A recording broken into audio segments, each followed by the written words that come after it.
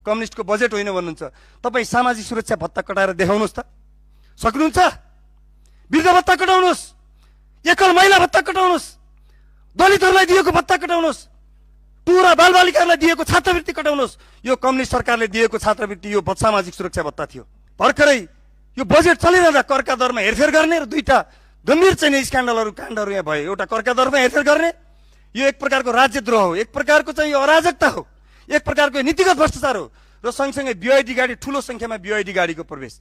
म विगतको अलिकति स्मरण गराउन चाहन्छु। विगतमा यस्ता खालका प्रश्नहरू उठ्दा मान्य मन्त्रीहरूका सन्दर्भमा हो, त्यस कारणले पनि उहाँ कम्युनिस्ट होइन र कम्युनिस्टको बजेट होइन भन्ने कुरा प्रमाणित हुन्छ। कम्युनिस्ट नेताहरूले मान्य अर्थमन्त्री, त्यतिखेरका अर्थमन्त्री जनार्दन शर्मालाई म सम्झन चाहन्छु।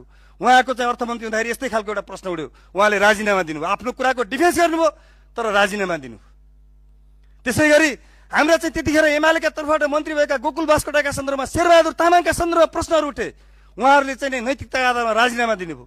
अनि अहिलेको अर्थमन्त्रीले धम्क्याउँदै हुनुहुन्छ सांसदहरू, तपाईँहरूका पनि काण्ड खोलिदिन्छु भनेर धम्क्याउँदै हुनुहुन्छ। राजीनामा दिने कुराको त पर जाओस्, छानबिन समिति गठन गर्ने कुरा त धेरै पर जाओस्। म मान्य अर्थमन्त्रीज्यूको पनि हितमा हुन्छ, म अनुरोध गर्न चाहन्छु उहाँलाई चाहिँ आफूलाई क्लियरिफाई गर्ने कुरा पनि हो। र उहाँले हामीलाई चुनौती दिनुहुन्छ। म भन्न चाहन्छु, हिजो पनि हामीले भनेका छौँ, हिजो एमाले सरकारमा हुँदा अथवा विगतमा तपाईँहरूले भन्ने गरेको 35 वर्षमा जे जति काण्ड छन्, म आज एउटबाट भन्न चाहन्छु, सबै ओपन गरियोस् र सबै खोलियोस्, त्यहाँ खोलियोस्। तर सँगसँगै यो म एकदम विनम्रताका साथ सम्मानपूर्वक मान्य सम्मान्य सभामुख महोदय मार्फत म अर्थमन्त्रीको ध्यान आकर्षण गर्न चाहन्छु र चुनौती पेश गर्न चाहन्छु, संसदीय छानबिन समिति गरेर देखाइयोस् यो विषयमा। मान्य अर्थमन्त्रीको जुन बीआईडी गाडीको विषय छ, करका दर हेरफेर गरिएको कुरा छ, यस विषयमा चाहिँ एउटा संसदीय छानबिन समितिको आवश्यकता परेको छ। यो संसदीय छानबिन समिति बनाउनका लागि म अनुरोध गर्न चाहन्छु। त्यसै गरी मान्य अर्थमन्त्रीलाई म अर्को सम्मानपूर्वक अर्को एउटा चुनौती पेश गर्न चाहन्छु। कम्युनिस्टको बजेट होइन भन्नुहुन्छ, तपाईँ सामाजिक सुरक्षा भत्ता कटाएर देखाउनुहोस् त, सक्नुहुन्छ? वृद्ध भत्ता कटाउनुहोस्, एकल महिला भत्ता कटाउनुहोस्, दलितहरूलाई दिएको भत्ता कटाउनुहोस्, टुरा बालबालिकाहरूलाई दिएको छात्रवृत्ति कटाउनुहोस्। यो कम्युनिस्ट सरकारले दिएको छात्रवृत्ति यो सामाजिक सुरक्षा भत्ता थियो। कम्युनिस्टको बजेट होइन भन्नुहुन्छ।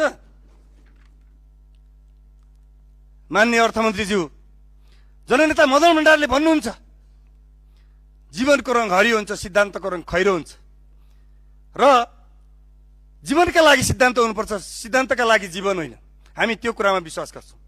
मान्य अर्थमन्त्रीज्यूको विद्वता हार्वर्डमा पढ्दाखेरि, अक्सफोर्डमा पढ्दाखेरि, क्याम्ब्रिजमा पढ्दाखेरि, ठुला विश्वविद्यालयमा पढ्दाखेरि देखियो होला। तर नेपालको भूगोल, यहाँको हावापानी, यहाँको माटो, यहाँको विविधता, यहाँका विभेदहरू, यहाँको चाहिँ एथनिसिटी, यहाँ